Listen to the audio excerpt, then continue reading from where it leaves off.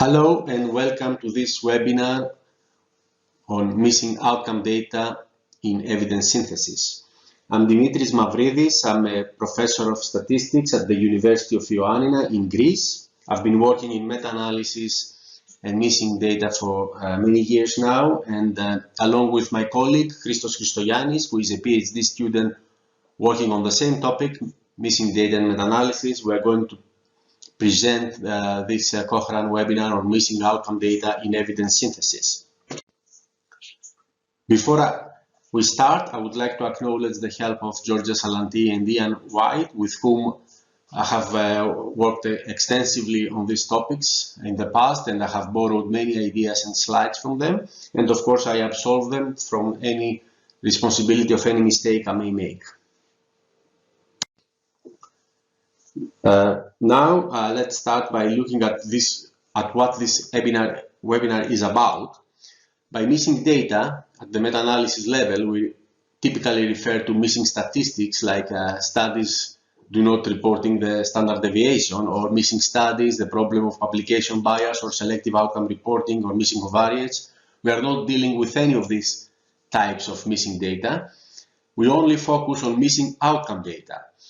We have participants who left the study without providing any outcome data, or participants who didn't provide outcome data at the end of the trial, but they had their data imputed using, for example, the last observation carried forward or other methods. We also consider randomized clinical trials and aggregate data only, summary data only. So we don't have individual participant data, IPD. If we had such type of data, we would have been able to employ methods such as multiple imputation or full information maximum likelihood. We don't have this option now. So why missing data is a problem? It creates two problems at the trial level. First of all, we lose people. So the sample size decreases, so we have less power and precision. And also, we may get biased effect estimates. Any analysis makes an assumption about missing data that cannot be tested. So, and if these assumptions are wrong, then we may get biased estimates. The most common type of analysis, which is the complete case analysis, where we just ignore the missing data, makes the assumption that we can get away with it, that the observed data is a representative sample of all the data. Now, all the analysis with missing data are based on unverifiable assumptions, so there is no remedy for missing data. What we can do in practice is a sensitivity analysis and see how robust results are under different assumptions about the missing data. Let's see also the case of the last observation carried forward method. This is an imputation method that replaces the missing outcome for a participant with the last observed value for that participant. For example, let's assume that we measure symptoms in depression, and we measure them at 3, 6, 9, and 12 weeks. And we have 3 individuals, the red individual, the blue, and the green individual, and we measure their outcome at 3 weeks. And the lower the symptoms, the better for the individual. So the blue individual improves a lot at 3 weeks, and this is why he decides not to continue in the trial. He leaves the trial. And the remaining 2 individuals continue at 6 weeks and at 9 weeks, and the red individual is doing very well, so he drops off from the study as well. And in the end of the trial at 12 weeks, we have only the green individuals. Now we take the last observed values for the blue individual at 3 weeks and for the red individual at 9 weeks, and we carry forward these values at the end of the trials at 12 weeks. Now, looking at 12 weeks, we get the impression that the green individual did better than the other 2 individuals. But in practice, the truth is that the other 2 individuals got improved very quickly and left the study because of that. So they are missing not at random. as we see in a later slide. And the results that we get at 12 weeks are biased. So in the last observation carried forward method, the abbreviation is LOCF. A missing follow-up visit is replaced by the subject's last observed value. And if the outcome, the unobserved outcome, improves over time, then LOCF tends to favor treatment groups with less dropout. Now, if in a trial the unobserved outcomes deteriorate over time, for example in dementia or Alzheimer, they deteriorate over time, then in that case LOCF tends to favor treatment groups with more dropout. Let's look now at the type of data that we're going to deal with in this webinar. So this is a simple meta-analysis. That's 2 trials. Of course, we could have more. But the idea is also extended to network meta-analysis, where we have more than 2 arms per trial. So the first study compares reboxetine and placebo. And for each arm and each study, we have the number of missing outcome data, the number of people that left the study without providing any outcome data. So for example, for reboxetine in the first trial and placebo, we don't have any missing outcome data, whereas in the second study, 2 people left the reboxetine arm without providing any outcome data, 1 person left the placebo arm without providing any outcome data. Then we have the number of completers, the number of people for whom we observed the outcome at the end of the trial. So for reboxetine for the first trial it's 22, for placebo it's 10, there is a big difference here. And also we have the number of LOCF imputed values. So in the first trial, 4 people were LOCF imputed at reboxetine, 16 people were LOCF imputed at placebo. There is a big difference here.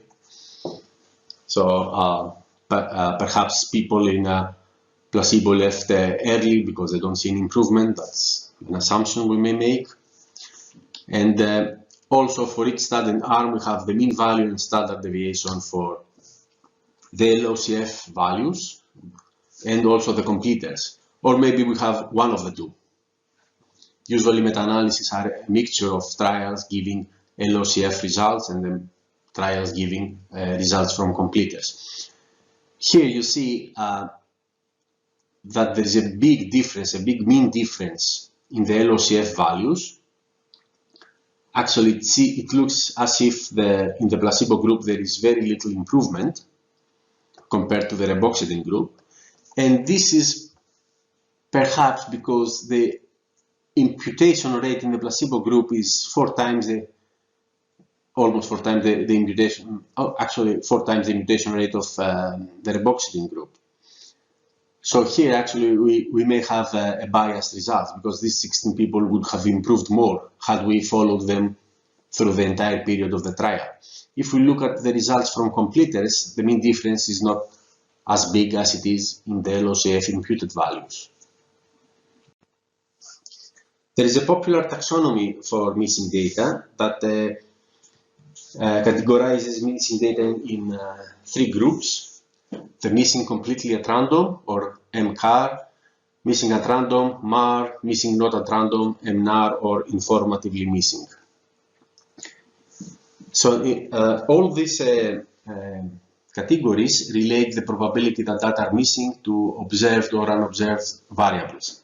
In the case that the probability that data are missing does not depend on observed or unobserved variables, then we say that missing data are missing entirely at random, completely at random. For example, people may left the study because they moved to another country, or as in the example that we write here, we have an appointment to make some measurements for some people, but the machine breaks down and we don't get these measurements. In such cases, missing data are missing completely at random. Then the second category, which is called missing at random, and perhaps the name is not very successful because missing at random occurs when the missingness is not random, but can be fully explained by variables where there is complete information. So the probability that data are missing does not depend on the outcome or unobserved variables, but can be fully accounted for by observed variables. And we give an example with an RCT of antihypertensives that measures blood pressure. And we notice that older participants are more likely to have their blood pressure recorded. And in this case, missing data are missing at random if at any age, if we condition at age, individuals with low and high blood pressure are equally likely to have their blood pressure recorded. And the last category, the missing not at random, assumes that the probability that data are missing depends on unobserved variables or the missing outcome itself. So, for example, some people may drop out because they don't see any improvement, or because they see a lot of improvement, or because of side effects. The reason they are missing is the actual outcome that is missing. The most common type of analysis is the complete case analysis, in which we analyze only those participants for whom we have observed the outcome. And this type of analysis is valid when missing outcomes are missing completely at random, or sometimes under certain missing at random assumptions. But in practice, it is impossible to test whether missing data are missing at random. And any analysis with missing data is based on unverifiable assumptions. And complete case analysis or the missing completely at random assumption is rarely justified. The Cochrane Handbook gives reasons for whom we may consider a trial to be at low risk of bias or at high risk of bias. For example, if we have all participants completing the study, no missing data, no losses to follow up, no changes between groups, this is an example of a low risk of bias. Or when missing data are missing completely at random, which is of course hard to prove. And also, if the study reports reasons for the missing data, reasons maybe they left the study because of side effects or inefficacy or other reasons, if they report the reasons for missing data and these reasons are balanced across groups. In the contrary, a study is considered to be at high risk of bias for incomplete outcome data if there is a difference in missing rates across groups, or it could be the case that we have the same missing rate in both groups, but the reasons for missing data differ across groups. Also in practice, in many trials, we use imputation methods that treat the imputed data as if they were observed. These are called single imputation methods, like the last observation carried forward that we talked about before. And in this case, we consider the trial to be at high risk of bias for incomplete outcome data.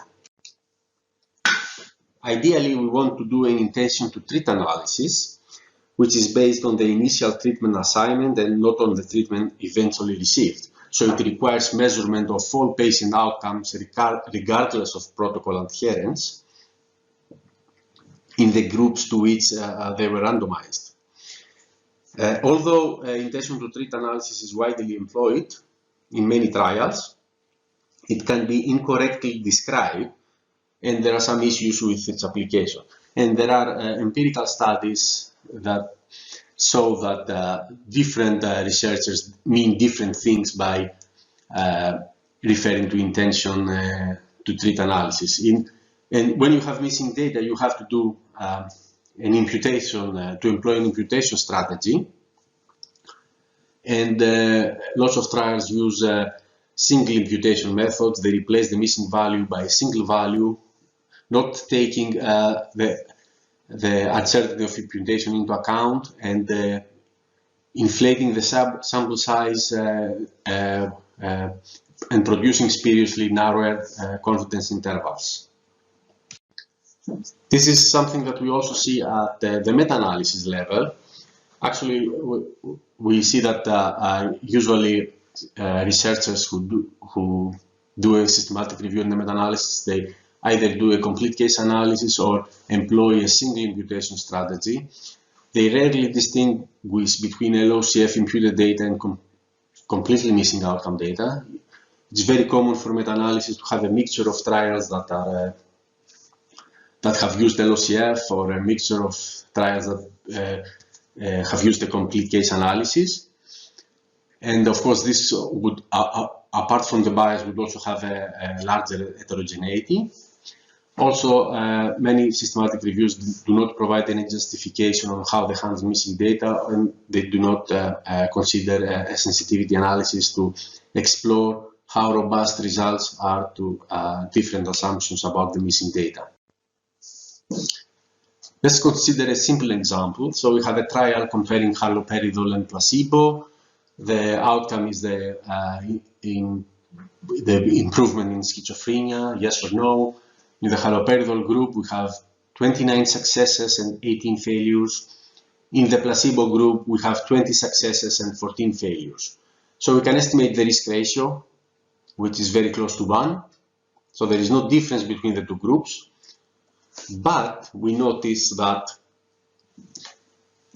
we have 22 people that didn't provide any outcome data in the haloperidol group and 34 in the placebo group. The missing rates are 32% for haloperidol and 50% for placebo. There is a large difference in missing rates across the two groups, and this is an indication that these data are missing not at random. So the complete case analysis that we did is biased. So how are we going to analyze this data? We can make assumptions that are unverifiable, as we said before. So the success rate is almost the same in both groups. So 29 successes out of a total of 47 people. 20 successes in the placebo group out of a total of 34 people. We estimate the risk ratio, and by doing a complete case analysis, we assume that missing data are missing completely at random. This is most probably not true because we have a large difference in the missing rates across the two groups. Let's consider now that these 22 people were all failures, and these 34 people were all failures as well. So we have 29 successes out of a total of 69 people that were randomized to haloperidol. So we don't have the number of completers in the denominator, but the number of people randomized to each group. So now the success rate in haloperidol is 0.42. The success rate in the placebo group is much lower, 0.29.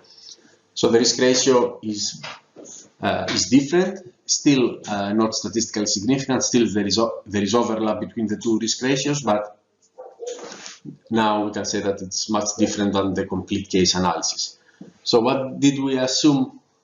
Well, here we assume that all missing outcome values are failures.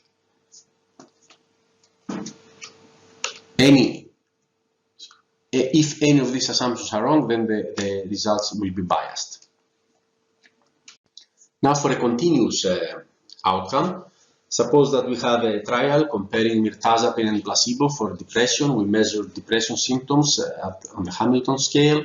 So we have the mean value, the standard deviation, the number of completers n, and the number of missing data m for both groups, placebo and mirtazapine. So what sample size are we going to use to estimate the mean difference in this study? We can use the observed ones. So 24 in the placebo group and 27 in the mirtazapine group.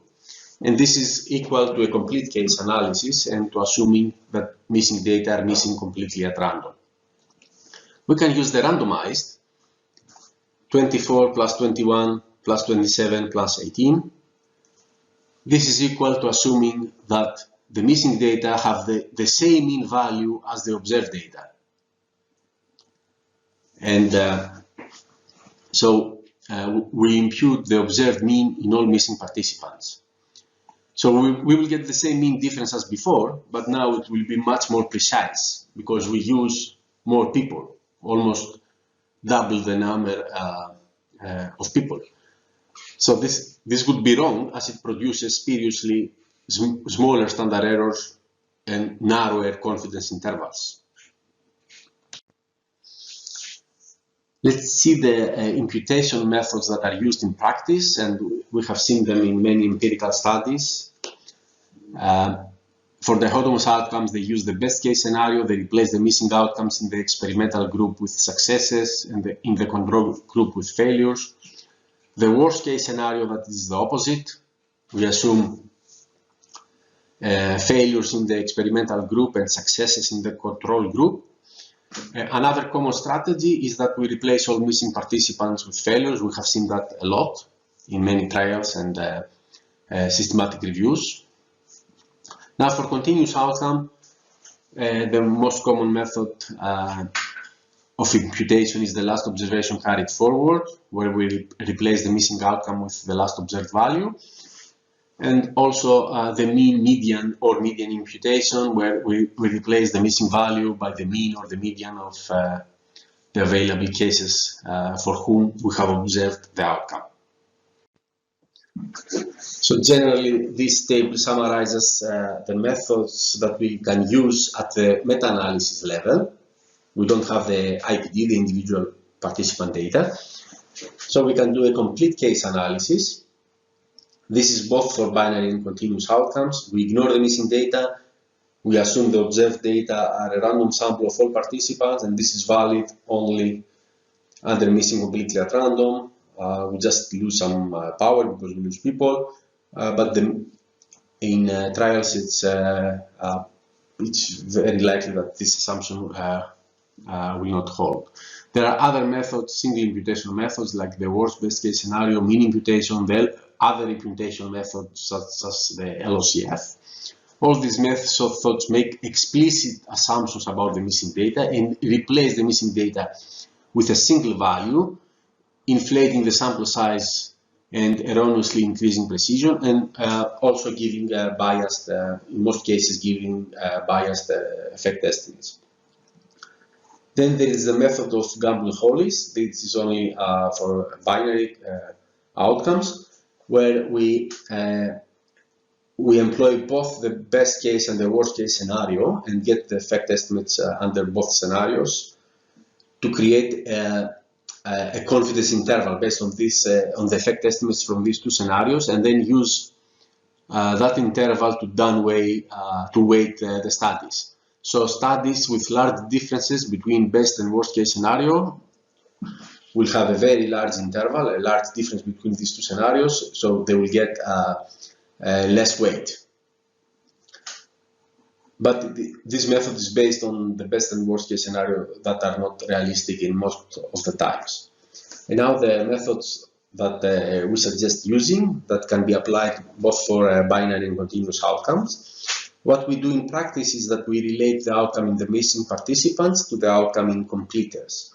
So, for example, for dichotomous outcomes, we relate the odds of the event in the missing participant to the odds of the event in the completers. For continuous outcomes, we relate the mean value in the missing participants to the mean value in the completers.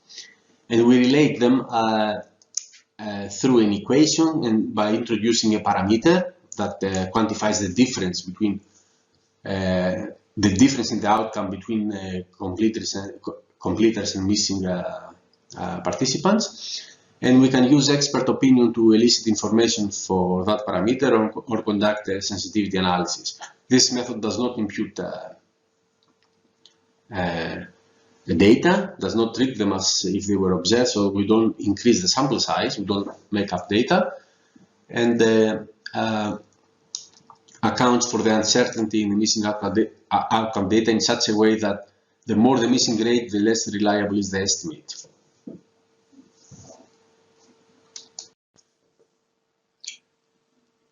So we propose introducing an informative missing parameter, as we call it.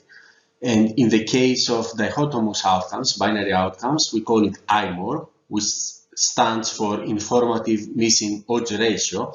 And it is actually the odds of success in the missing group over the odds of success in the observed group.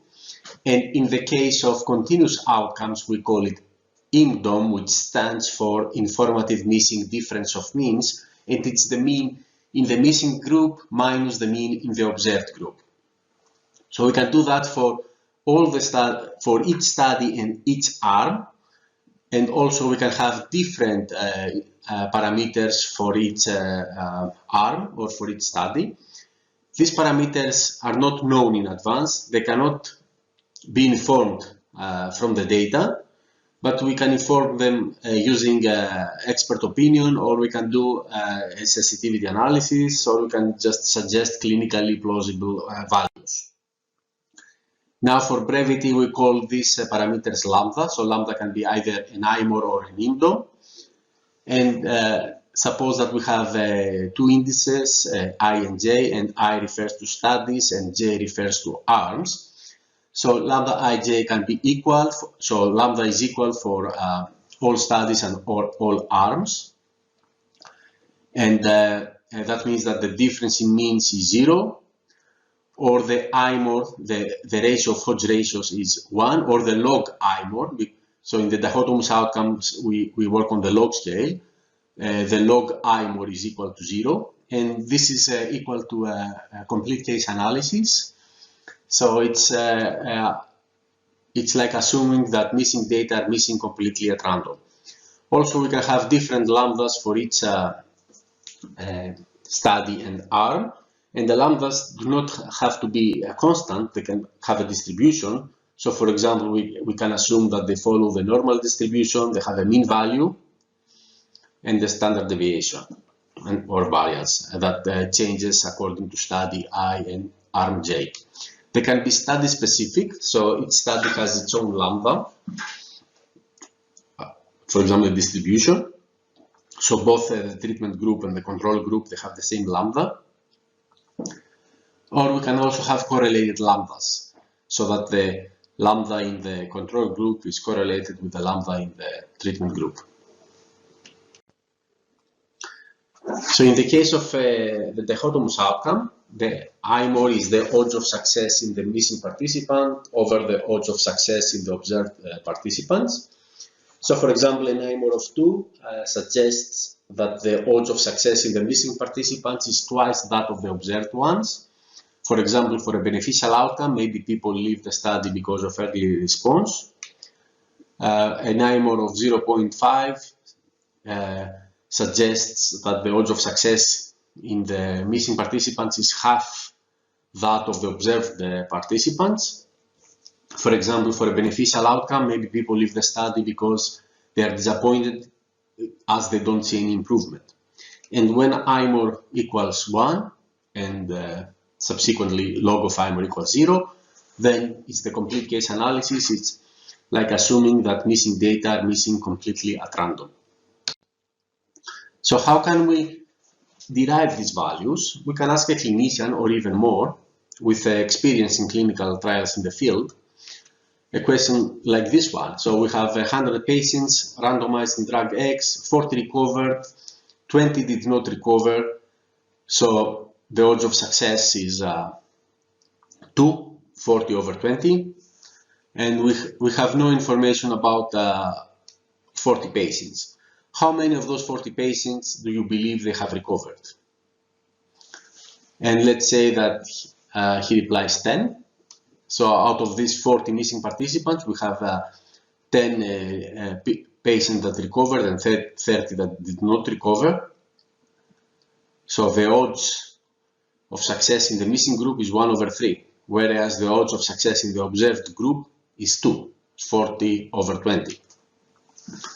So IMOR, odds of success in missing, 10 recovered, 30 did not recover.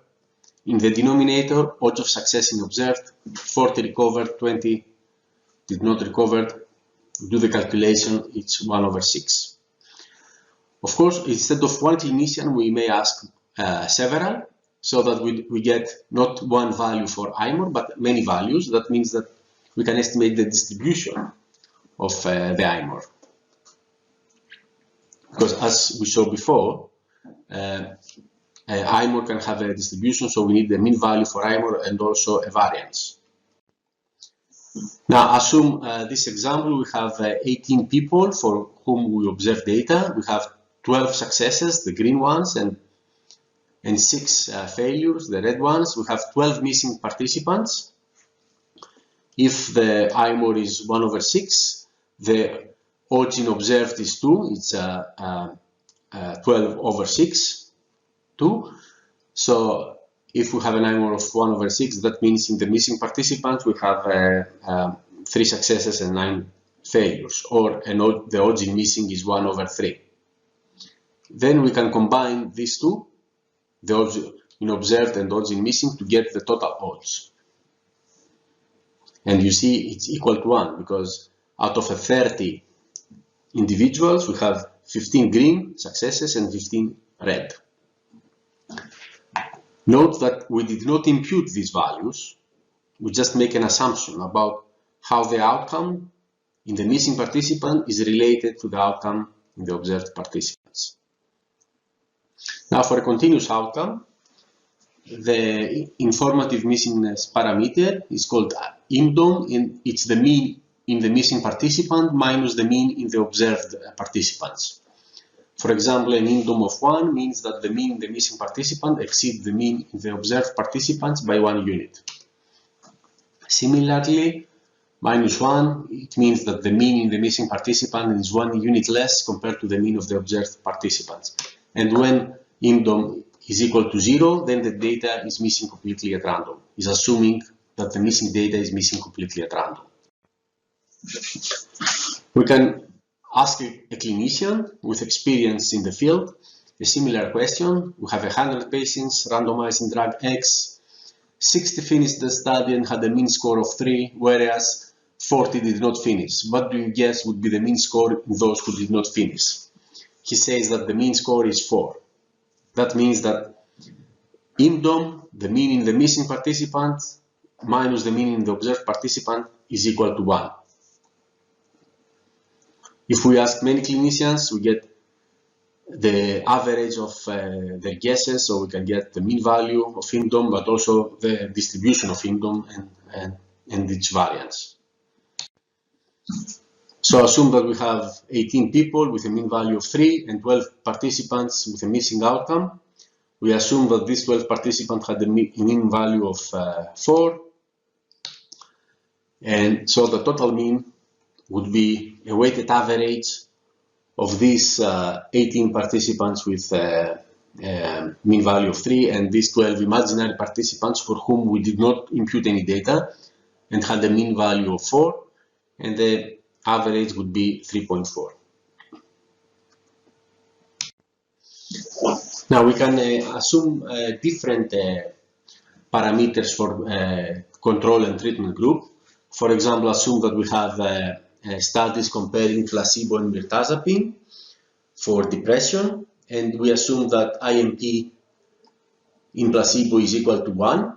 The symptom increased in the missing participants, but for mirtazapine, we believe it reduced, they did better because lower values are good, are better. That's the outcome is symptoms in depression. So we believe missing participants left because of early response and the IMP value is -1. So all the mean values in the placebo group will increase by 1 unit in the missing participants. So the first study in the placebo group has a mean value of -11.4 plus 1 in the missing participant would be -10.4. And the total mean for that study, for the placebo group, will be a weighted average of the mean in the observed participants, -11.4, and the mean in the missing participants, -10.4. In this case, it would be equal to -10.82. Now for mirtazapine, we reduce the mean value. So the first study, the observed mean in mirtazapine is -14.5, -1, it gets -15.5 in the missing group. We estimate the total mean again, that would be a weighted average of the mean in the observed participants and the missing participants, and then we estimate the mean difference between the two groups. Mirtazapine, -14.92, minus placebo, -10.82, and the mean value is -4.10.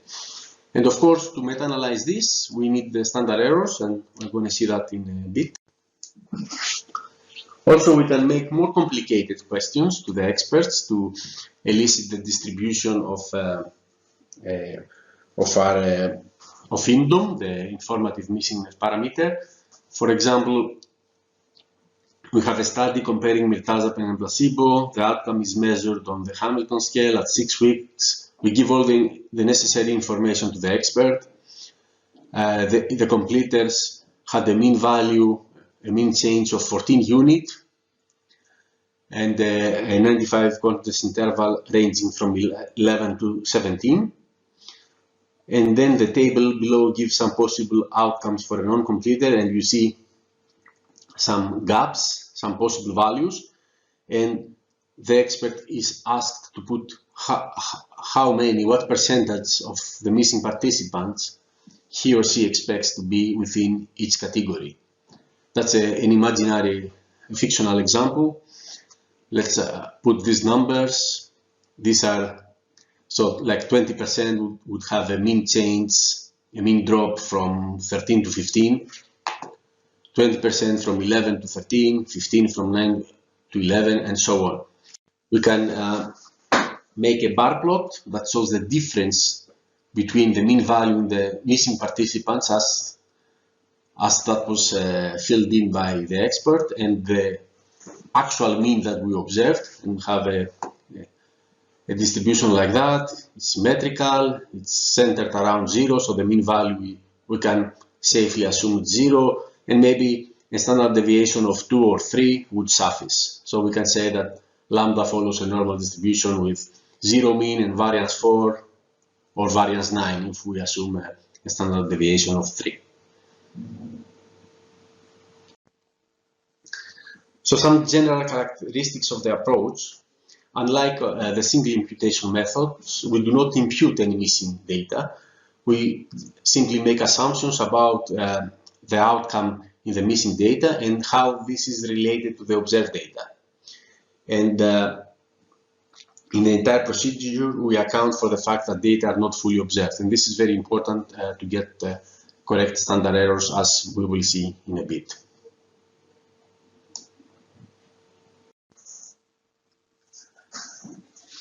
The type of model that we consider is called the pattern mixture model.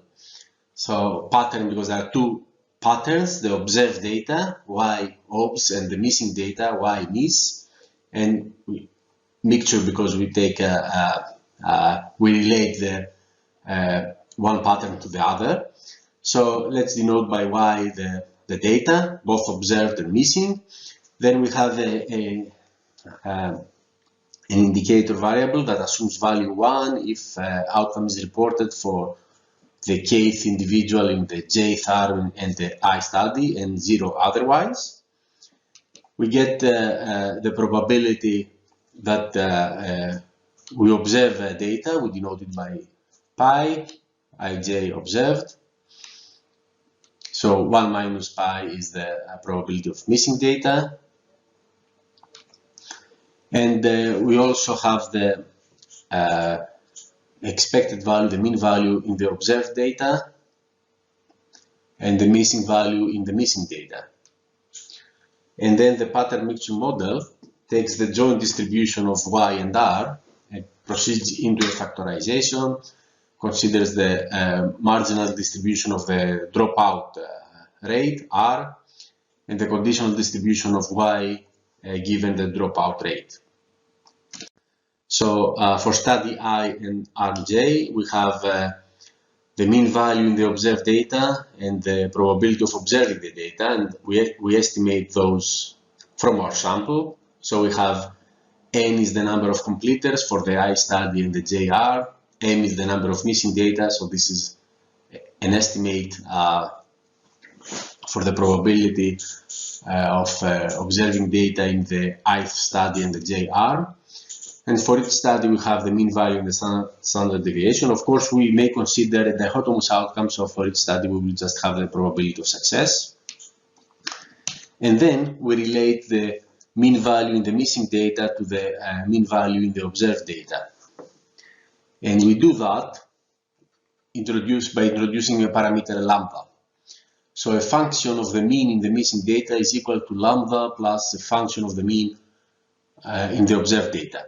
If this function is the identity function, so we can ignore j, so the mean in the missing data is the mean equal to the mean in the observed data plus lambda. So this lambda follows a normal distribution.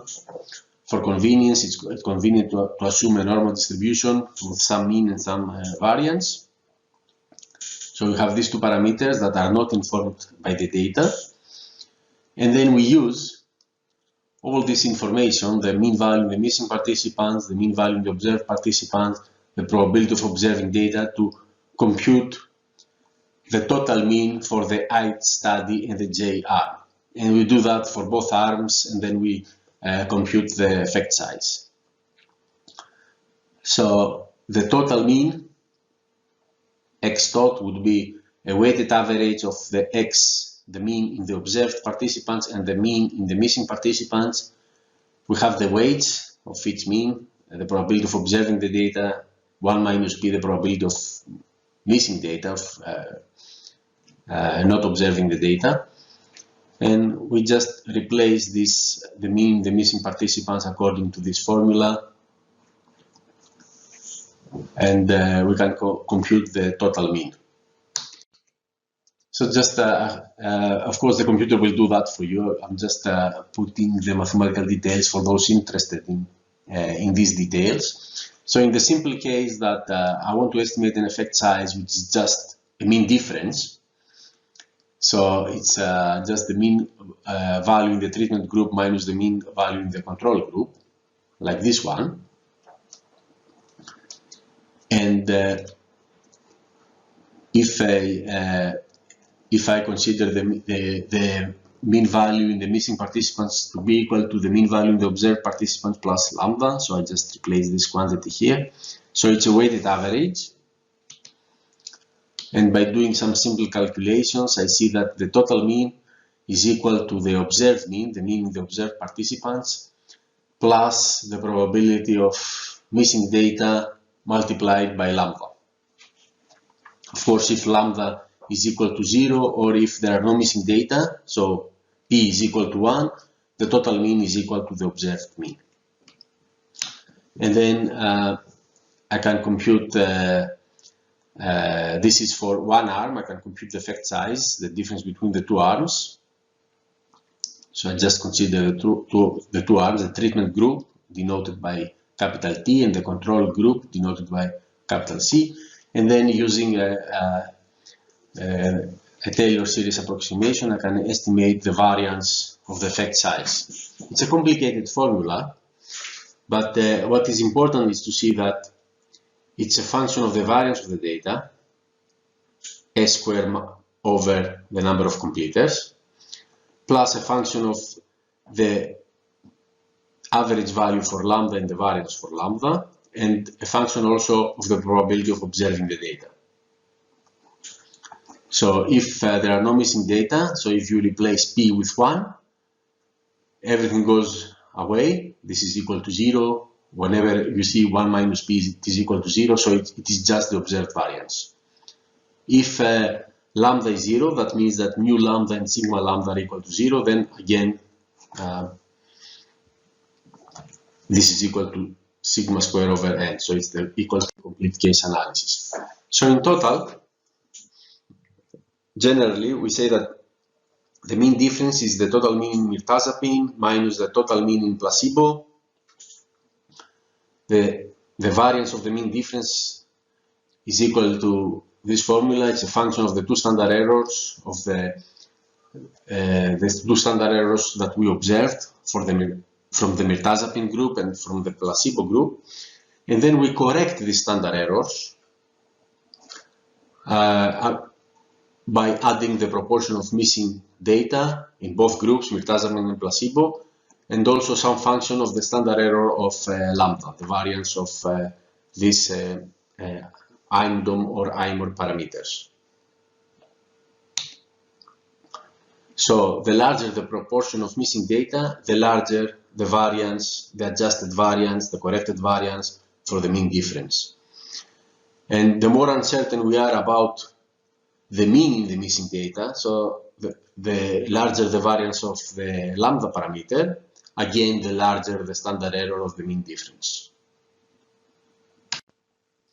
Let's see an example, a fictional example. Assume that we have 5 studies and we have 100 completers from each study. We also have the effect sizes from each study. So the weight of each study is assumed that it's the same. So they have the same standard deviation. So all studies have the same weight, 0.07. So each study contributes 20% to the pooled effect.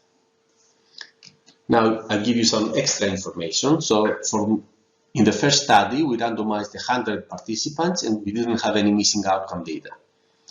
In the second study, we randomized 120 participants and we observed 100. So we missed 20 participants. And so forth. And in the last study, we randomized 300 participants and we lost 200 participants. We just observed 100. So how are we going to analyze the data now? Obviously, we wouldn't like to give the same weight in all studies. This study that doesn't have any missing data probably should get more weight compared to the rest of the studies, especially this study that lost 2/3 of their participants should get much less weight. So we wouldn't like to give each study the same weight because uncertainty should be larger when we have more missing data. So the observed sample size and standard deviation and calculated standard error is not the only source of uncertainty. There is an extra source of uncertainty, which is the proportion of missing data. Now, in the same example, let's assume that we want lambda to be centered at 0. So IMDOM is equal to 0. So the mean in the missing participants is equal to the mean in the observed participants.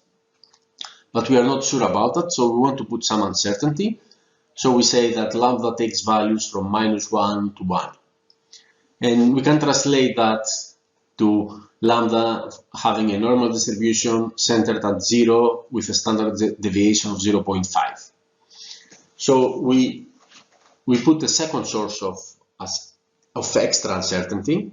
So we had the standard error from the observed data, the number of missing participants, and now also we put the variance of lambda, the uncertainty about the IM parameter, about the lambda parameter.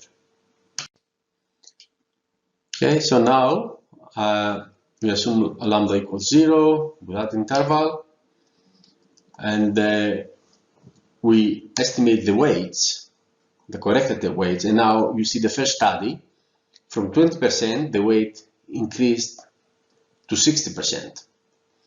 The second study, you see the standard error was 0.07. Now the adjusted standard error is 0.11. And the weight is 24%, still more than 20. And this is because the remaining studies that have a lot of missing data, 50 participants here, 100 participants here, 200 here, they get much smaller weights. So in this fictional example, we see this is the forest plot of the complete case analysis, and it's centered at 0 because the treatment effects are centered around 0. And this is the same analysis assuming an informative missingness parameter following this distribution. You see that the results are quite different, both the pooled effect, also, although the study-specific effect sizes are the same, the variances change a lot, especially for the studies with a lot of missing data. An interesting point here is that initially we had huge heterogeneity. You see an I-square of 80%, you see poor overlap across studies.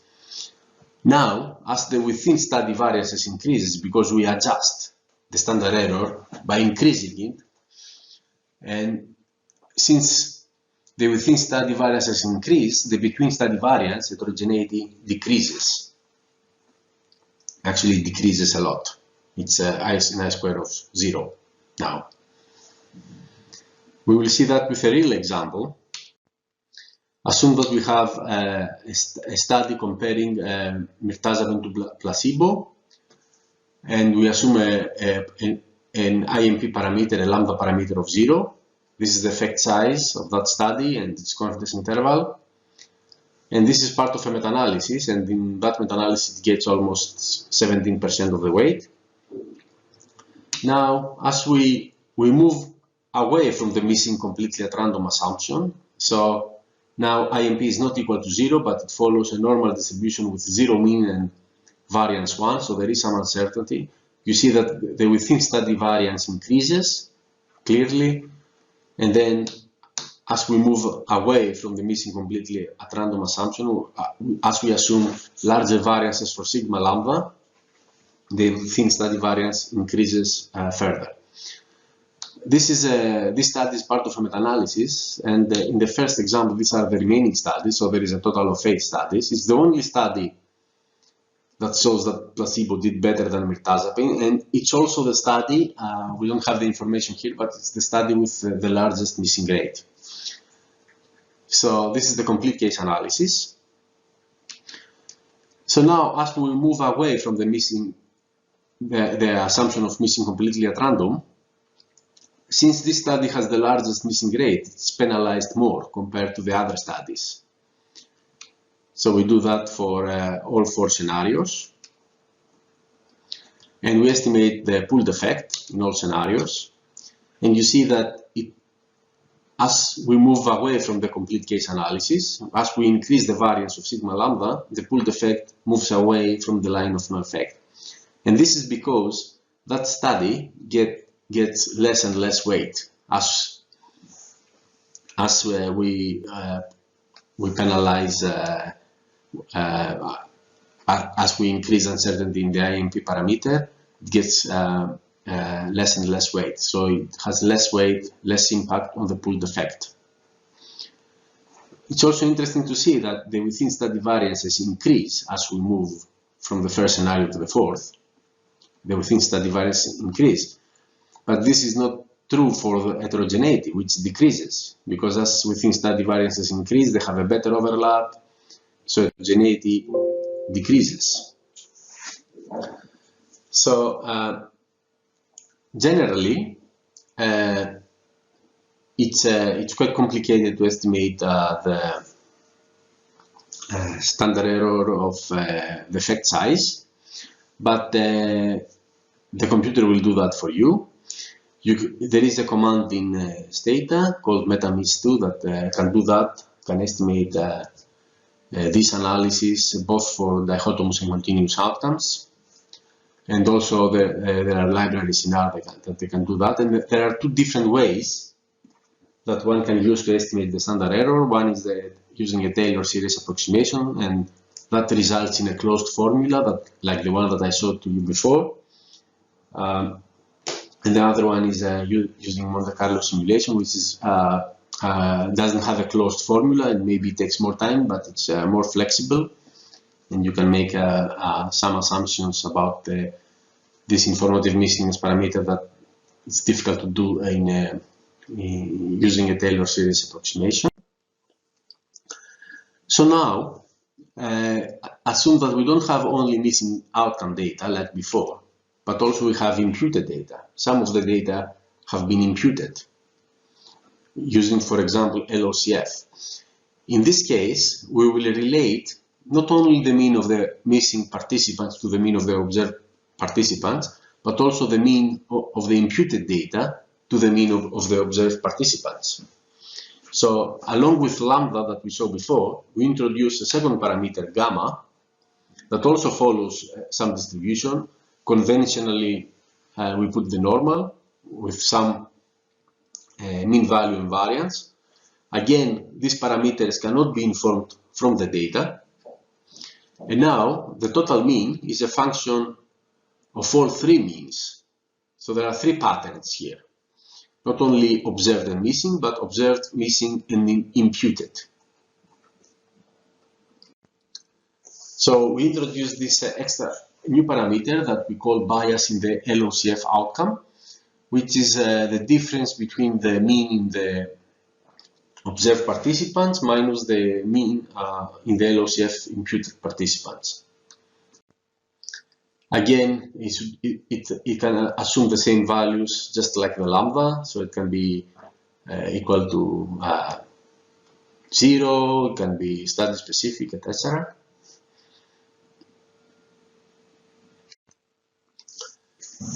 Let's see how we can inform these parameters. So, similarly, like before, we ask experts questions like this one. So assume that we have participants randomized to fluoxetine and they had a mean score of 25 at this scale with a confidence interval from 20 to 30 at 6 weeks after onset of the treatment. But the study was 12 weeks. So what is your prediction about their outcome at 12 weeks? So the expert will say a number, and that, or you can ask many experts and get many numbers and have some idea about the distribution of this parameter. So generally, we suggest models that can account for the fact that the presence of missing and LOCF imputed data introduce uncertainty in the study estimates, and downweight studies with lots of missing and imputed data.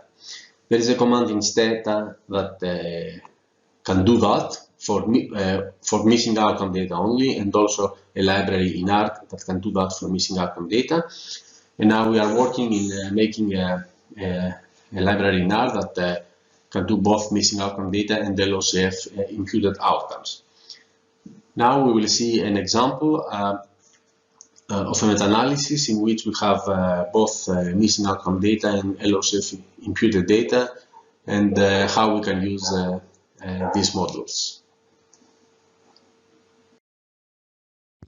The table in this slide presents the summary data of 13 studies comparing the efficacy of olanzapine and placebo in patients with depression.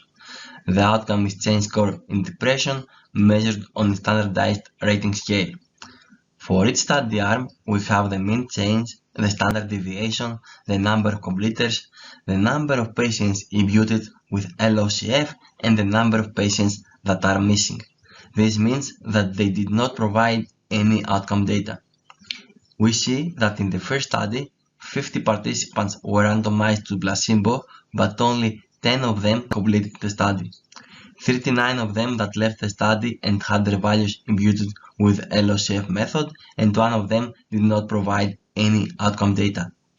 Because of LOCF imputation, we observe that the missing values in each study are close to 0 in most of the studies. In this slide, there are 4 scatter plots that compare dropout rates across the two groups, placebo in the horizontal axis and olanzapine in the vertical axis. The first plots show dropout rates for adverse events, the second for inefficacy, the third for any reason, and the last one shows those that are LOCF imputed. For each scatter plot, we draw the identity line where points on the line indicates that dropout rates are equal in the two groups.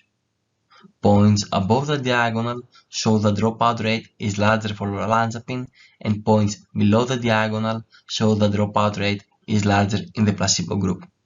The first plot shows a balanced picture in the dropout rate for adverse events, so one could expect larger dropouts in the olanzapine group. We see in the second plot the dropout rate due to inefficacy that the placebo group has larger dropout rates. Generally, for the last two plots, we see that the placebo groups has larger missing rates and more participants were LOCF imputed there compared to olanzapine. Since the outcome improves over time, the LOCF analysis favors the group with less LOCF imputed values, in this case olanzapine. We created an R command to run the suggested methodology, and we're going to see now the arguments required. First of all, we assign the mean value, the standard deviation, the number of completers, the number of LOCF imputed values, and the number of missing outcome data for each study and both groups. Then we assign the mean and standard deviation for both the lambda and gamma parameters of our model.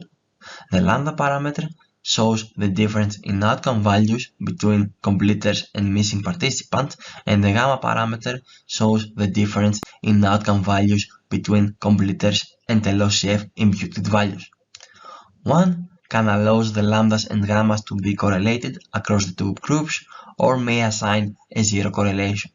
Finally, one has to choose the effect size that will be synthesized.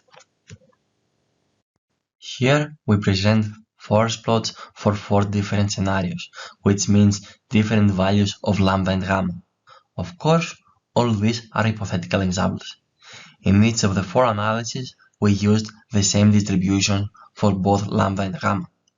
In the upper left forest plot, we assumed that the means and standard deviations of lambda and gamma are equal to 0. This is a complete case analysis, or an analysis assuming missing data are missing completely at random. In the upper right forest plot, we again used mean values equal to 0, but we increased standard deviation to 2. This change in the distribution did not give us any change in the summary effect for both random and common effects model. Since the outcome improves over time, symptoms reduce, perhaps it is not realistic to use mean values of 0. In the lower left forest plot, we set the means equal to -10 and the standard deviation equal to 2. These values change slightly the result as the pooled effect decreases. And finally, we set the mean values equal to -20 and standard deviations equal to 2. This moves the pooled effect closer to the line of no effect. Though results are statistically significant in all scenarios, clearly the last scenario gives different results than the complete case analysis. As expected, when we account for LOCF imputed values and we have an outcome that improves over time, the analysis favors the group with the smallest imputation rates, in this case olanzapine.